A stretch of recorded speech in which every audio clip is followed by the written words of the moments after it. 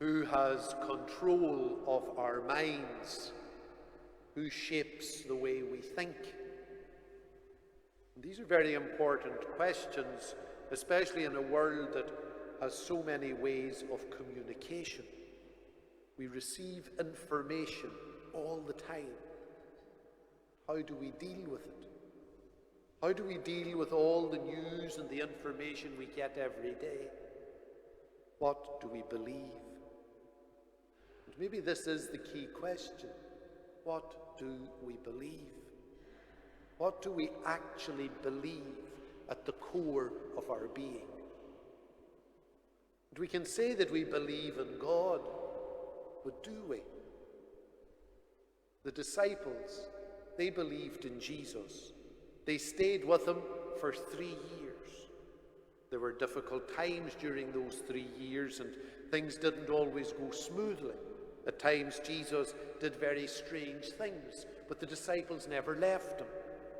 They believed in him. But did they really believe in him?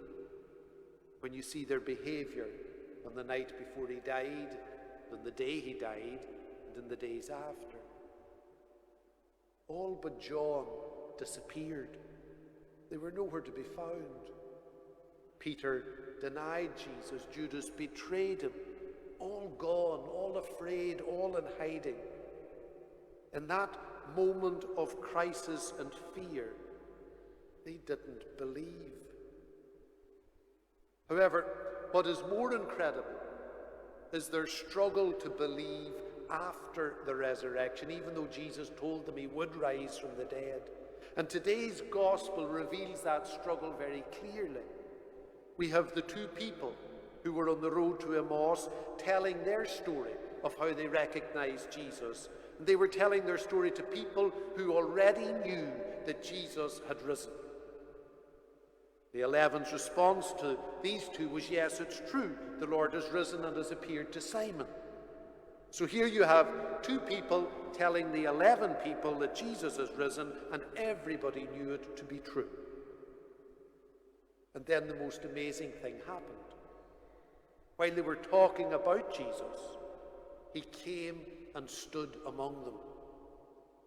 The man they knew to be risen from the dead came and stood among them and offered them the gift of peace. And you would think, after the surprise of him arriving among them, they would all run to Jesus and touch him and hug him and hold on to him. However, that's not what happened at all. They entered a state of alarm and fright and thought they were seeing a ghost. They knew everything. They had been told everything. They had evidence. And still, they didn't believe in that moment. Their minds could not be open wide enough to accept the truth that was before them. Their minds were controlled by small and worldly thinking. They thought in the ways of the world. And that thinking didn't allow them to truly believe that Jesus had risen from the dead. They only believed when Jesus showed them his body, his wounded body. And then in that moment of belief, Jesus took them through the scripture, took them through history, and explained everything to them. And we're told in the gospel that Jesus opened their minds. And the truth is that Jesus is the only one who has the key to open every part of our minds. And he opens our minds wide and without fear. And so much of the world tries to close parts of our minds, and in many cases tries to close most of our minds to make us think in a particular way. And one of the most effective ways that they do that is by trying to disconnect us from Jesus and from the scripture and tell us that it all is there to control us and close our minds, which is the total opposite to the truth.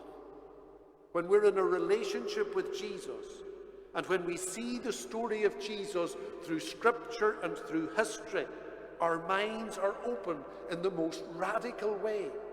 so radical that most of this world can't cope with it. If we want to be big thinkers and free thinkers, then we must allow Jesus to open our minds. If we want to be small thinkers and controlled in our thinking, then we must give our mind to the world. When things happen in your life, when you see the hand of God, the action of God, don't shut it out or undermine it. Don't allow the presence of God in your life to alarm you or to fright you. Don't try to control where God can be in your mind and in your life. Let him open all the doors, because when we allow him to do that, we reveal that it is true, that we do believe, that we believe in him, and that we believe him, we believe God. And from that belief, nothing in this world can control our minds or our way of thinking. Our minds won't be curtailed, and we will be free to be true and genuine witnesses to the risen Jesus.